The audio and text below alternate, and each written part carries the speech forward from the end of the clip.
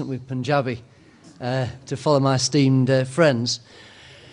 I wanted to speak today very briefly. I did have a speech, but we haven't got time. All these events always run over time. But I wanted to talk about the elephant in the room, and that is the issue of the homeland, or self-determination.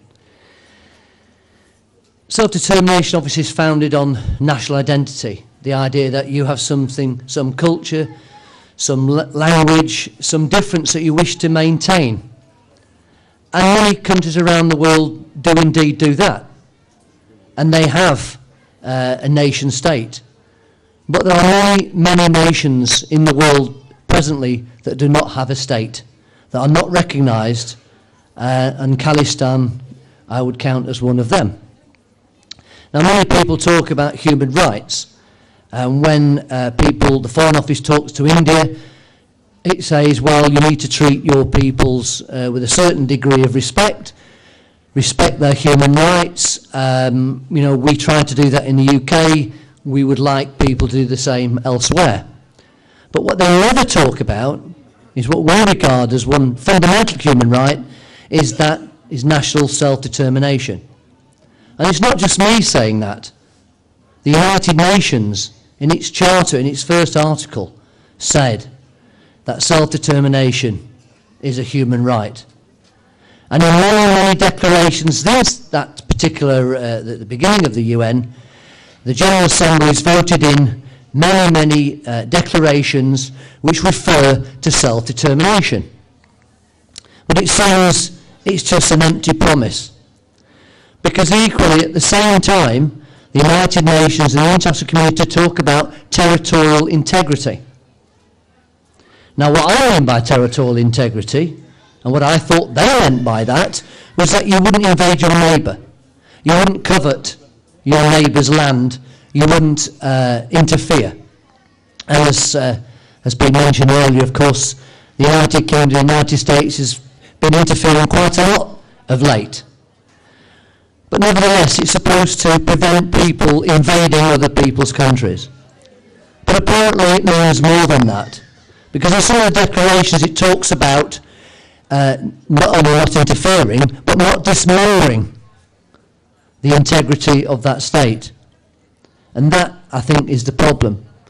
Because all the present states at the moment talk about, oh, you mustn't break up or dismember our particular state. Okay? Despite the fact that the peoples that live there may actually want self-determination, and it may lead up to a separation, it may lead to more autonomy. But all these countries, all these states that oppress particular peoples and nations within them, are frightened to allow the voices of dissent to surface. And we all know around the world there are thousands and thousands of people who are being killed, who just disappear, basically, because the governments in Africa and Asia in particular decide that's the best way to destroy self-determination, destroy the people who want it, and therefore there'll be nobody left to ask for it. And this is happening everywhere around the world.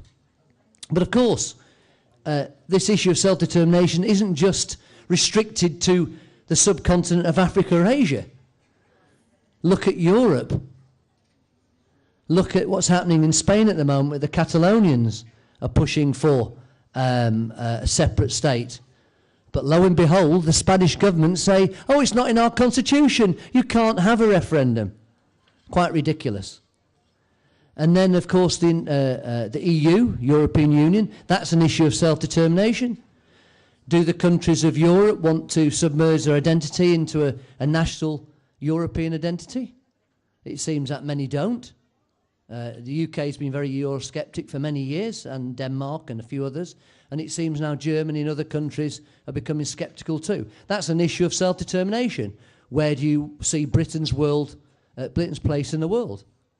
And of course, back into the UK, we also have the nations of the UK, England, Scotland, Wales and Northern Ireland.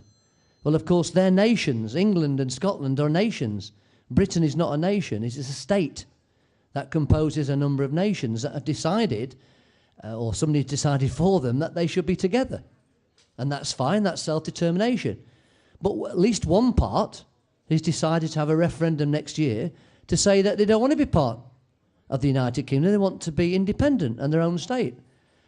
And that choice of a referendum for the people to decide is the way to go. It is the democratic way. It is the only way that respects human rights. And I'm proud that the United Kingdom has ultimately allowed a referendum in Scotland, and it may happen elsewhere too, to decide their future. It's not for me as an Englishman to decide the future of what the Scottish people want, and that has got to be the right way. So back to your particular cause, your homeland of Khalistan, as far as I'm concerned, it's exactly the same principle.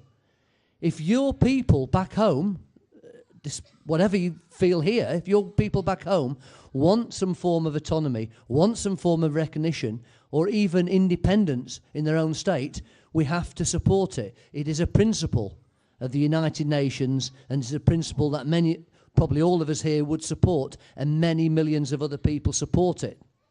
The problem we face is the international community and the United Nations itself is actually a club of states. It should never have been called United Nations. It should have been called United States, but somebody else already had the title. Because once you become a state, they club together and they protect each other. So Nations Without States was formed in 1918. Woodrow Wilson, the United States President, said that self-determination should become a major principle of international relations. And unfortunately, that's been forgotten. So our organisation has just recently been formed. We're formed by a Sikh, by myself, an Englishman, and a Tamil MP. And we're working with many, many others. And you hear a lot more about Nations Without States. We aim to become the premier group promoting self-determination. But the unique difference between us and anybody else is that working with all the communities together. All the self-determinists will be working together. So we expect you to work with the Sikhs, the Catalonians, with the Scots, with whoever basically says, we want recognition, autonomy, or even independence. So hopefully, in time, you will be recognised and Khalistan will slowly but surely come nearer. Thank you.